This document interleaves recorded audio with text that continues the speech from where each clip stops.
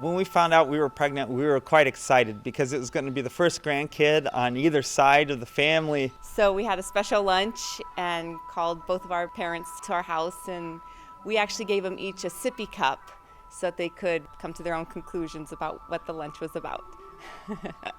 We did want to have our children here on the mission field because one of the big advantages is that they get dual citizenship, which makes it wonderful for when they become missionaries. They can go wherever they need to go, and it makes it much easier. So I was excited about teaching my kids all about being a missionary and how fun it is and how there's not a better place in the world to be and how exciting we live on the Amazon. Very few people actually get to ever visit the Amazon. No, as far as having the child here on the mission field, I had not really thought too much more about it. I mean, I know that we were getting everything ready here, the baby room, all the different things that you get ready when you have a kid. Well, I started to go into labor in the middle of the night, which I think everyone always goes in the middle of the night. So I called my mom, and she was going to actually be in the delivery room with me because my husband, if he thinks he sees blood, he'll pass out. So he wasn't even an option to be my birthing partner. Well, we went to the hospital. I spent the night in labor, and the doctor came in and said, "Oh, Ruth, you're not dilating, so if you don't dilate by 6 a.m., we're just going to plan a C-section." Well, come 6 a.m., my mom calls Nate, calls my dad, calls my in-laws, and says, "Oh, Ruth's going to go into surgery. They're going to deliver this baby, so in a couple hours, we'll have our first granddaughter." Right before I went into surgery, we heard the heartbeat of the baby. They just wanted to check and make sure everything was fine, and everything was fine. Her heart rate was normal. So they wheeled me in. My mom was like, "Oh, okay, they're cutting the last layer. Here comes the baby." And when the baby finally came out, we just didn't hear her cry. And I knew that there was something wrong. And my mom just kept praying and saying, "The baby's not breathing."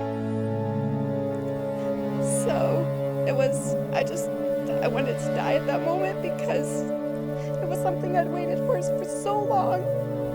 I remember I was sitting out in the waiting room with my mother, and a nurse came out, and she was crying. She's like, "You really have to pray because the baby's not breathing."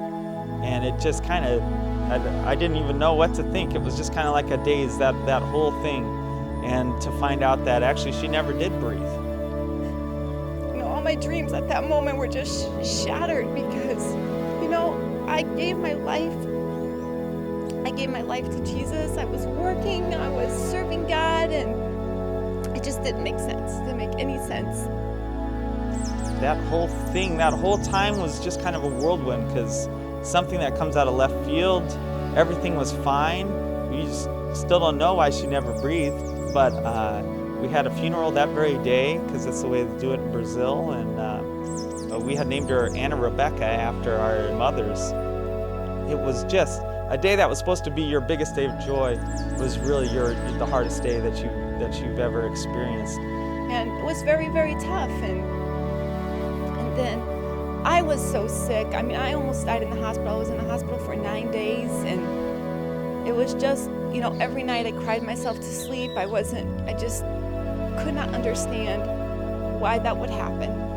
When came time for our cell group, which we have, I had already lined it up for one of my disciples to take over the cell group.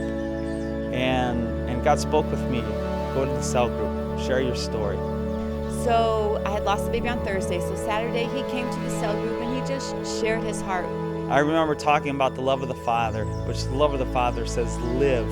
And there was visitors there that night. And through our pain, really, God used it to win them for the Lord. And really, some of the first people we won for the Lord in Brazil was right after we lost our daughter. During the next couple months, and it was very, very tough. Every time I saw a baby, it just made me cry. I didn't want to hold babies. I didn't want to look at babies. But I just, had to cling to God and just know that He was my strength and He was going to get me through each day. And, I had to rejoice in the Lord always. The sense we really had is that we were walking through a pretty place, but nothing spectacular. And we came to the edge of a really big desert. And it was a desert we had to cross. And it was like we knew there was this beautiful mountain range, this beautiful place on the other side. but we could not see it. It was all we could see and feel was that heat of the desert, that dry time, that hard time. Obviously, I wasn't going to find strength in myself because I just had no more strength left. And during those days, we just really dove into the Word of God and looked at God's promises. And the Word came alive in our lives like it never has before. And something tremendous happened in us. We went to a level of faith that we had never experienced before, and a level of joy that we had never experienced before. And now we really feel like after all that's happened in our lives that we've reached that beautiful mountain range and we're starting to climb it now. And we don't even know how high that mountain range is and how beautiful it will be once we get to the top. But we know it's even greater than anything that we've passed through so far. So the day that Anna Rebecca died, in my mom's yard, she had a flower that bloomed for the first time, and it came up with 2 blossoms.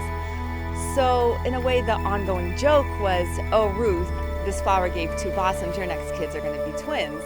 So, we just kind of all laughed about it. Well, wouldn't you know,